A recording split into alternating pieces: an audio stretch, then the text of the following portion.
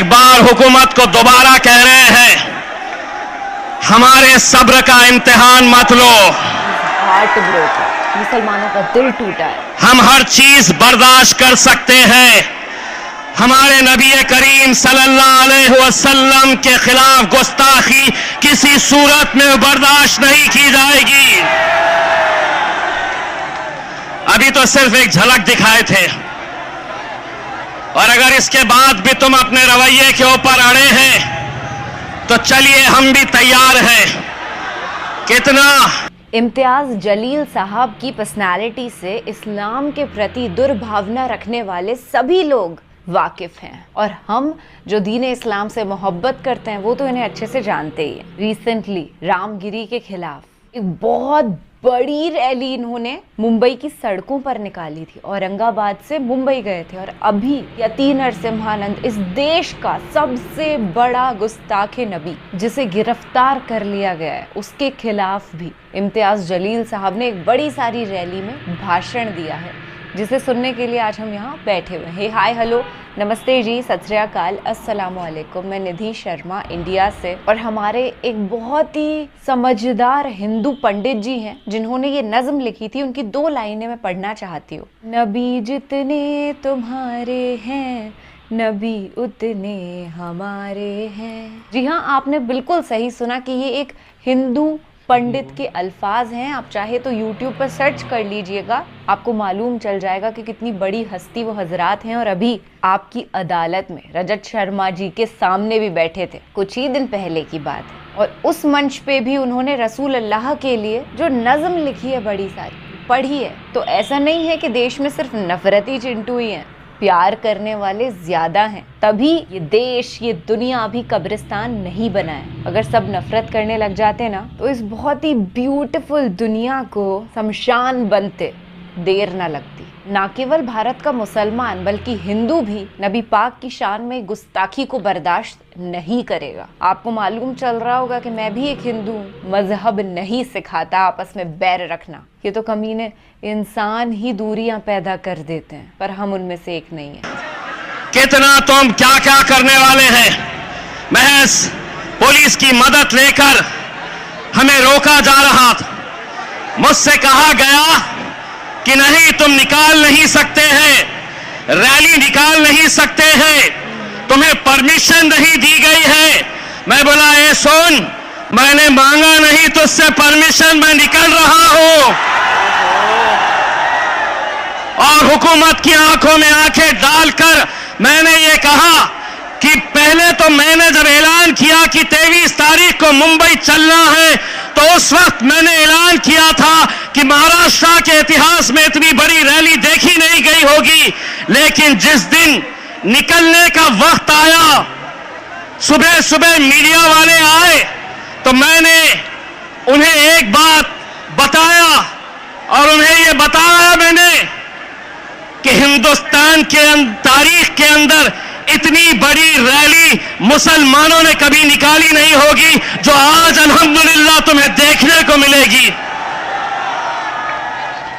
यकीन मानिए, मेरा इसमें कोई ये नहीं है। मैंने सिर्फ अपने हुजूर की मोहब्बत में, अपने नबी की मोहब्बत में मैंने सिर्फ आवाज लगाई, और अल्हम्दुलिल्लाह काफिला बढ़ता गया, और ऐसा बड़ा कि पुलिस वाले मुझसे खुद पूछ रहे थे इतने आए कहां से।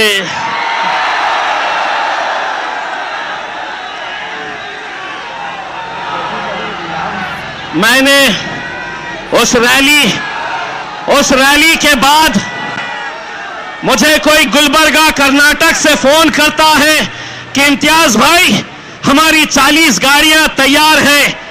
कोई उत्तर प्रदेश से, कोई गुजरात से कहता है कि आवाज दो, हम पहुंच जाएंगे। आज मैं हुकूमत को आवाज दे रहा हूं, सुधर जाओ। इसमें सौदा नहीं होगा, किसी तरह का कोई समझौता नहीं होगा।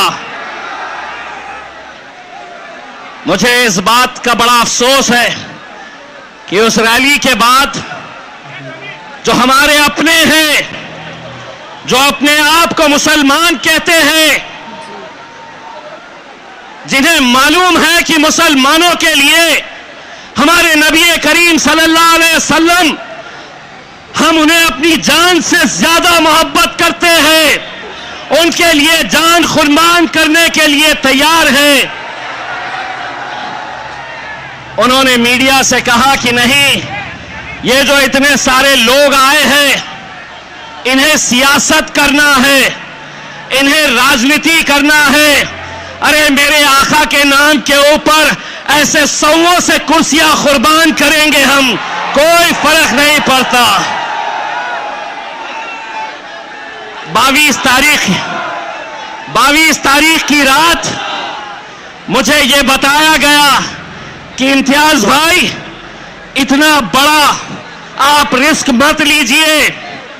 पहले आप खासदार थे, मेंबर ऑफ पार्लियामेंट थे, आपकी हिफाजत करने की जिम्मेदारी सरकार की थी। आप इतने सारे लोगों को लेकर निकल रहे, अगर कुछ हो गया तो आपके ऊपर आएगा। मैंने कहा, ये जितने लोग चल रहे हैं, ये सिर्फ एक आवाज के ऊपर चल रहे हैं, और वो आवाज यही है कि तेरा मेरा रिश्ता क्या, तेरा मेरा रिश्ता क्या। ये सोच रहे थे कि तुम ही लगाओगे। अरे अल्हम्दुलिल्लाह, इसके लिए हम अपनी जानें कुर्बान कर सकते हैं। सुनो, इसके लिए हम अपनी जानें कुर्बान कर सकते हैं। तो एक मर्तबा जाकर एकनाथ शिंदे, देवेंद्र फडणवीस, अजीत पवार, वो रामगिरी का गला पकड़ के बाहर लाओ, नहीं तो हमको बताओ। कोई भी भगवा चोला पहनकर मैं साधु, मैं महाराज, और हद तो ये हो गई, मुख्यमंत्री साहब, आप महाराष्ट्र के मुख्यमंत्री हैं, आप किसी एक जात के और किसी एक धर्म के नहीं हैं, मेरे भी मुख्यमंत्री हैं आप। लेकिन मुख्यमंत्री एकनाथ शिंदे कितने होशियार हैं, अब मैं आपको बताता हूं। जब ये रामगिरी ने हुजूर के खिलाफ गुस्ताखी की, तो दूसरे ही दिन एकनाथ शिंदे आए, उसको बाजू बिठाया और उन्होंने कहा मराठी में, तुमच्या केशालाही हाथ लावू देणार नाही, तेरे बाल को भी धक्का नहीं लगने देंगे। 2 दिन पहले मैंने उसकी तस्वीर देखी तो पता चला वो तो गंजा है, टखला है, बाल ही नहीं है। आप गौर से उसकी तस्वीर देखो, टखले को बोल रहे तेरे बाल को भी धक्का नहीं लगने देंगे। वाह, सेंस ऑफ ह्यूमर है यार। आप समझे, ये कौम मुर्दार हो चुकी है, इनमें जान बची नहीं है, इनके तरफ से कोई बोलने वाला नहीं है, इनके तरफ से कोई आवाज उठाने वाला नहीं है। अरे हमने तो सिर्फ एक छोटी सी झलक दिखाए। जिस दिन दोबारा ये ऐलान करेंगे, कोई इसके अंदर हम नहीं चाहते हैं कि कोई राजनीति का झंडा इसमें आए, किसी पार्टी के बैनर के तले नहीं। लेकिन मैं इस महाराष्ट्र के और इस मुल्क के मुसलमानों से हाथ जोड़कर यह अपील करना चाहता हूं, कब तक हम इस तरह बटे रहेंगे? अगर आज इस हद तक बात पहुंच चुकी है कि हमारे नबी के खिलाफ भी अगर गुस्ताखी खुलेआम हो रही है और हम अलग अलग उसमें बटे हुए हैं, मेरे भाइयों, एक बार बाहैसियत मुसलमान हमको एक ताकत बनकर खड़े रहना है। तुम रहो किस जमात में रहना चाहते, किस पार्टी के अंदर रहना चाहते हैं, तुम रहो, लेकिन इस मामले के अंदर अगर एक आवाज बनकर खड़े रहे, यकीन मानिए इस कौम के अंदर इतनी ताकत है कि अच्छी अच्छी हुकूमतों को यह झुका सकती है। मेरे भाई, हमसे हमारे दूसरे गैर कौम के लोग पूछते हैं कि आखिर आपके मोहम्मद पैगंबर मुस्तफ़ा सल्लल्लाहु अलैहि वसल्लम आपके लिए क्या मायने रखते हैं, तो मैं उनसे सिर्फ यही कहता हूं, हमने आंखों से देखा नहीं है मगर हमने आंखों से देखा नहीं है मगर उनकी तस्वीर सीने में बसाए हुए है। हमने आंखों से देखा नहीं है मगर उनकी तस्वीर सीने में बसाए हुए है। मेरे भाई, उस पर कार्रवाई नहीं हुई इस रामगिरी के ऊपर, तो महाराष्ट्र के छोटे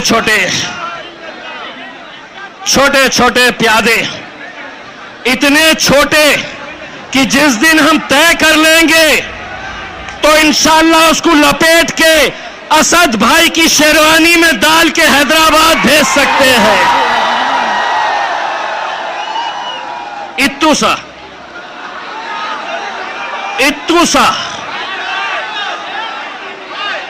और वो समझ रहा है कि मैं कुछ भी बोलूंगा हुकूमत मेरा साथ देगी। अरे खुद अकेले घूमता नहीं है, 6 गाड़ियां लेकर, बाउंसर्स और पुलिस वाले लेकर, अगर सही मर्द का बच्चा है तो इस इलाके में अकेले बुलेट के ऊपर आके बता, सड़क चलते लड़के तेरे को टप्पू कैसा मारेंगे। वरना आज मेरे शहर औरंगाबाद में आकर देख, इम्तियाज जलील आज भी अकेले बुलेट के ऊपर घूमता है, किसी माइकल आल में हिम्मत नहीं है कोई रोक सके। मस्जिद में घुस के बोले मुसलमानों को चुन चुन के मारेंगे। बहुत घटिया बयान। आपा हटा दो, सब हटा दिए, ये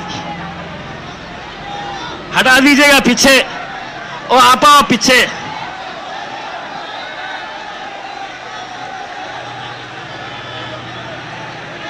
चलिए कौम के नाम के ऊपर थोड़ा भीग जाया जाए, कोई फर्क नहीं पड़ता है उसमें। तो इस तरह के बयानात होने के बावजूद भी मैं आज हुकूमत से यह सवाल कर रहा हूं, क्या इस तरह का बयान अगर हमारे मुंह से, हमारी जबान से निकलता तो शायद ये ग्राउंड छोड़ने से पहले खाकी वर्दी वाले आके हमारे सामने खड़े हो जाते। चलिए आप पे केस हो गया, चलिए आपको पुलिस लेने के लिए आई है। हम यही कहना चाहते हैं कि सियासत के अंदर अगर आप इतने घटिया तरीके के ऊपर आ गए हैं सिर्फ अपने राजनीतिक मफाद की खातिर, ये मुल्क हमारा है, ये मुल्क आपका है, हिंदू मुस्लिम सभी लोग एक साथ मिलकर रहते हैं, यही हमारी खूबसूरती है इस मुल्क की। लेकिन सिर्फ उस सियासी कुर्सी पर बैठने के लिए अगर आप इस तरह की घटिया राजनीति करेंगे, कुछ भी कहेंगे, कुछ भी बोलेंगे और आप ये समझेंगे कि हमें सुनना है, हम सिर्फ सुनने का काम करेंगे, तो एक बात फिर से सुन लो, एकनाथ शिंदे साहब, देवेंद्र फडणवीस जी, अजीत पवार, शरद पवार, उद्धव ठाकरे, नाना पटोले और पिल्लो, तू भी सुन ले, पिछले 76 सालों से तुम लोग बोलते आए थे और हम सुनने का काम करते थे। अब मजलिस आई है, अब हम बोलेंगे और तुम्हारे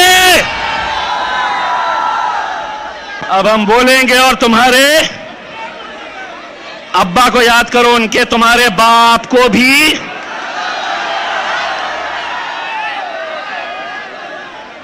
अब हम बोलेंगे और तुम्हारे, अबे सुनाओ उनको।